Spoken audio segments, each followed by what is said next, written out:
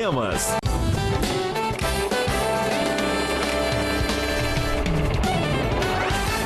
Pananã, pananã, pananã, pananã. Olá! Sim, pessoa querida ligada no Em Cartaz, já temos um novo Missão Impossível entre nós. Está preparada para cenas de ação de tirar o fôlego, tramas mirabolantes e cada vez mais megalomaníacas. E claro, para o Tom Cruise correndo? Tudo isso está de volta e eu vou dar a minha opinião sobre o filme. E essa é só uma das estreias da semana nos cinemas que eu comento aqui hoje. Tem mais uma. Mas vamos começar mesmo com o Tom Cruise. Em Missão Impossível Acerto de Contas, parte 1, a grande missão é impedir que uma arma com potencial para destruir a humanidade caia nas chamadas mãos erradas. Mas salvar o futuro do planeta pode implicar em riscos pessoais altos demais para o agente Ethan Hunt. Não é de hoje que o sistema de astros de Hollywood está decadente. A era de ouro da chamada Meca do cinema foi a era dos grandes astros e estrelas. Eles eram contratados fixos dos grandes estúdios, ganhando verdadeiras fortunas e arrastando multidões aos cinemas. O período que vai do finalzinho dos anos 60 até o início dos 80 foi a era dos diretores. Todo o poder estava nas mãos dos cineastas, os diretores com controle criativo total, ou quase isso. A partir dos anos 80, com o pessoal mais ligado ao marketing subindo na hierarquia dos estúdios, aos poucos, os chamarizes para o público foram deixando de ser atores, atrizes e diretores para passar a ser mais as chamadas propriedades intelectuais. É a era das continuações.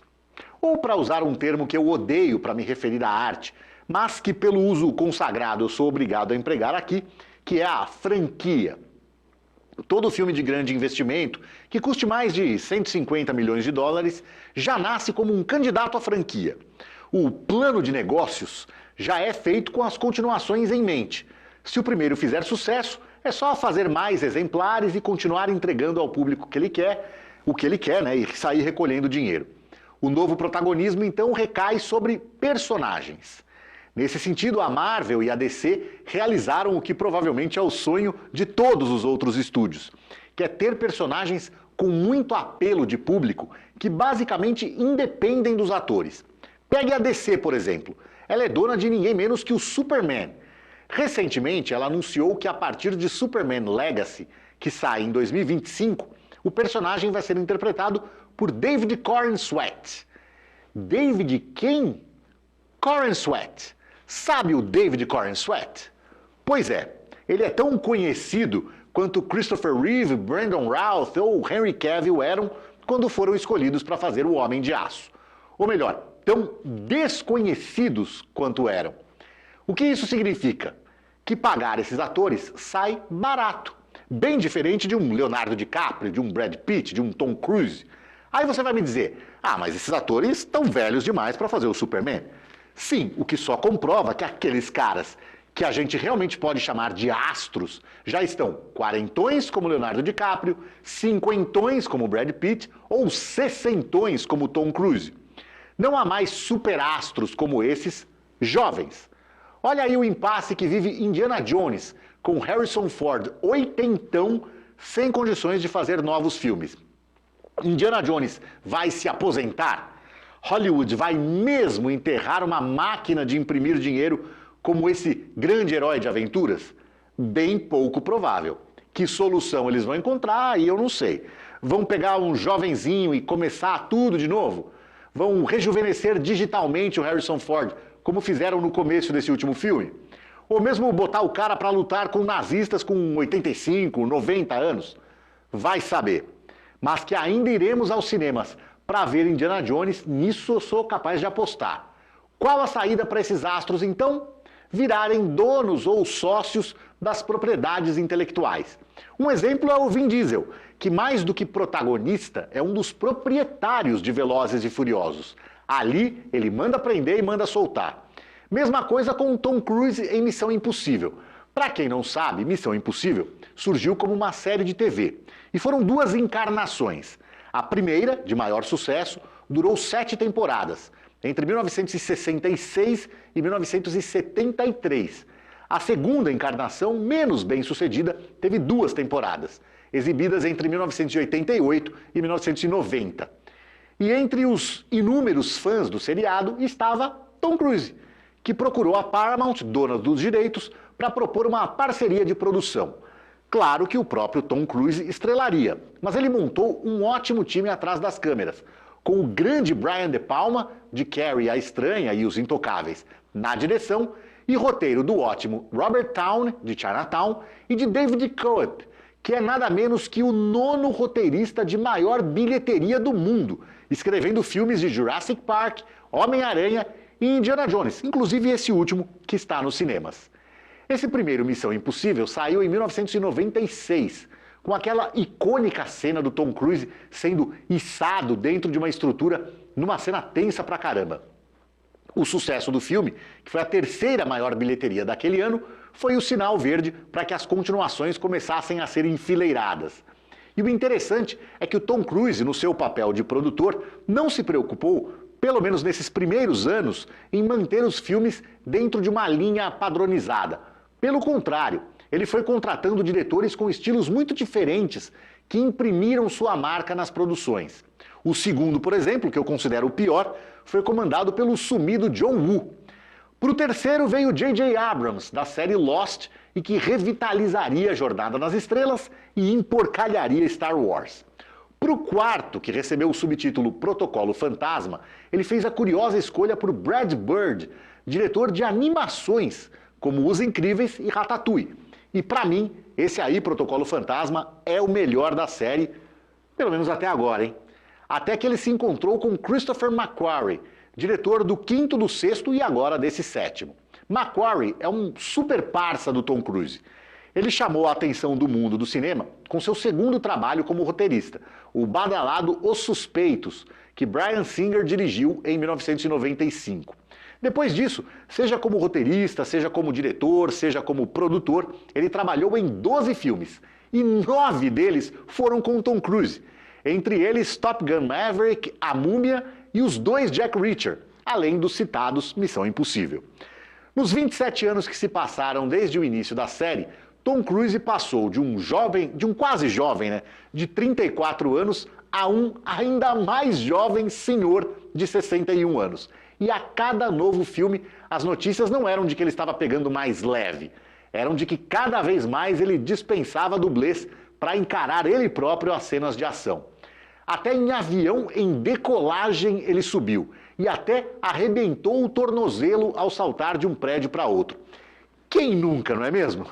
Nesse novo filme, o maior perigo que ele enfrentou foi aquele invisível que todos nós enfrentamos, o coronavírus. As filmagens começaram em Veneza exatamente no dia em que o norte da Itália entrou em lockdown por causa da pandemia. A produção então desceu para Roma, mas não demorou e a região da capital também foi fechada. Lá, 12 pessoas da produção testaram positivo para a Covid. O circo então zarpou para a Inglaterra, onde Tom Cruise pagou do próprio bolso 500 mil libras, o que hoje dá mais de 3 milhões de reais, para que a equipe e o elenco pudessem fazer o isolamento necessário em um navio. Todos esses transtornos fizeram com que esse seja o filme estrelado por ele que custou mais caro, com um orçamento de 290 milhões de dólares, o que dá a insana soma de mais de 1 bilhão e 400 milhões de reais. E não é só a questão financeira. Talvez você se lembre das notícias de 2 broncas homéricas que o astro deu na equipe. O áudio de pelo menos uma delas vazou e ele é realmente muito duro com as pessoas que violaram os protocolos de distanciamento e outros cuidados para não espalhar o vírus. Teve palavrão, teve gritaria e 5 membros da equipe acabaram pedindo demissão. Mas Tom Cruise, que é muito conhecido pela gentileza com que trata as pessoas, não só não se arrepende de ter dado uns gritos com a turma, como recebeu apoio de diversas celebridades. É mais um testemunho do quanto ele leva a sério não só a própria carreira, como o cinema como um todo. Antes de falar propriamente sobre esse 7º filme, um aviso. É um aviso que é até meio óbvio, mas que ainda assim é importante falar. O título do filme é Missão Impossível Acerto de Contas, Parte 1. Se é parte 1, é porque no mínimo vai ter uma parte 2. Ou seja, não espere um final fechadinho para esse filme que está estreando agora. Ele termina aberto, com um gancho para a segunda parte que estreia no ano que vem. Legal que pelo menos eles avisaram, né? Ao contrário do Homem-Aranha através do Aranhaverso, que também não tem um final, e muita gente só descobriu isso no cinema. Bom, quanto ao novo Missão Impossível, ele entrega tudo aquilo que os fãs dessa cinesérie esperam. A cartilha da fase Christopher McQuarrie é seguida à risca, com direito a cenas de ação espetaculares, momentos de muita tensão, alívios de humor que aliviam essa tensão, a sensação de risco permanente, os deslocamentos pelo mundo, as viradas na trama, aqueles momentos não acredito, e tudo isso com tanta qualidade que eu não acho exagero dizer que esse supera Protocolo Fantasma para ser o melhor filme da saga. E tudo isso fica incrivelmente bem na tela do cinema.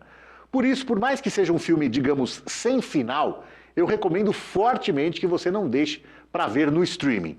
A experiência da tela grande e do som poderoso faz muita diferença.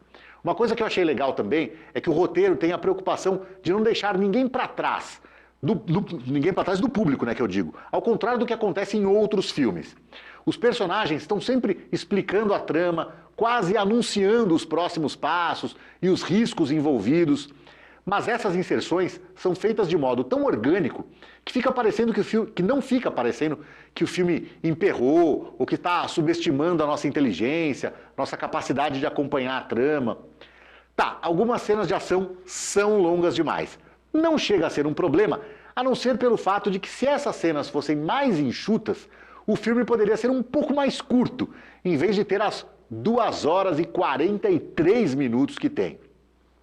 E eu sou capaz de apostar que a parte 2, que chega no ano que vem, vai ser ainda mais longa. Afinal, né, existe uma ideia em Hollywood meio esquisita de que quanto mais longo o filme, mais sério e importante ele fica. A metragem cresce e a ameaça e o escopo geral também. E não necessariamente a parte 2 vai ser a última, viu? O Tom Cruise já se apressou em declarar que nunca disse que seria. E não precisa ser.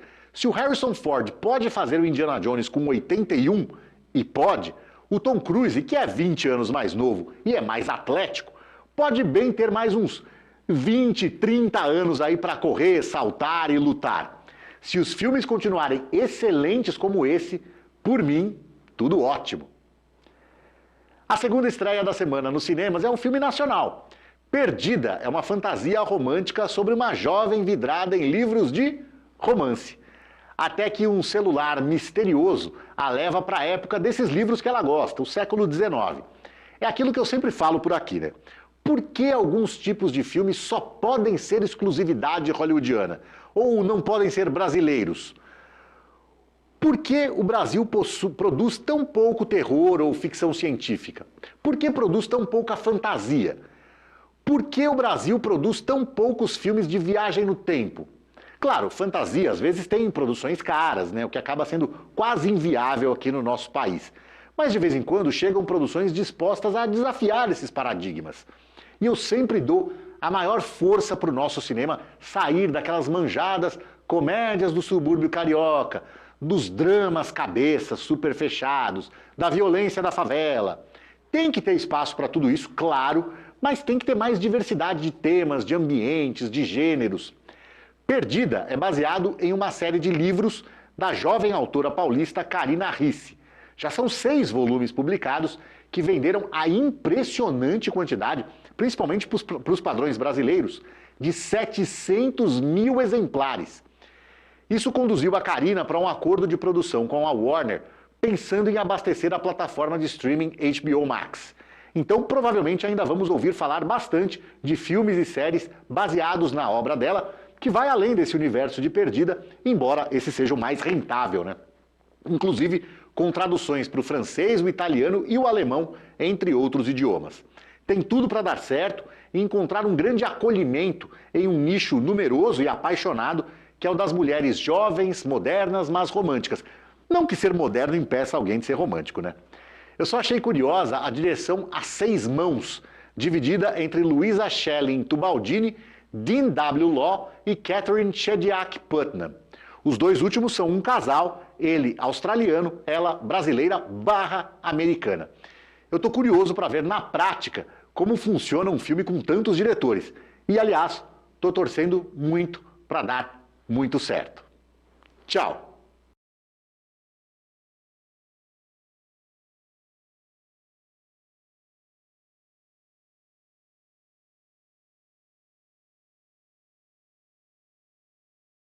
Programa em cartaz. Oferecimento Topázio Cinemas.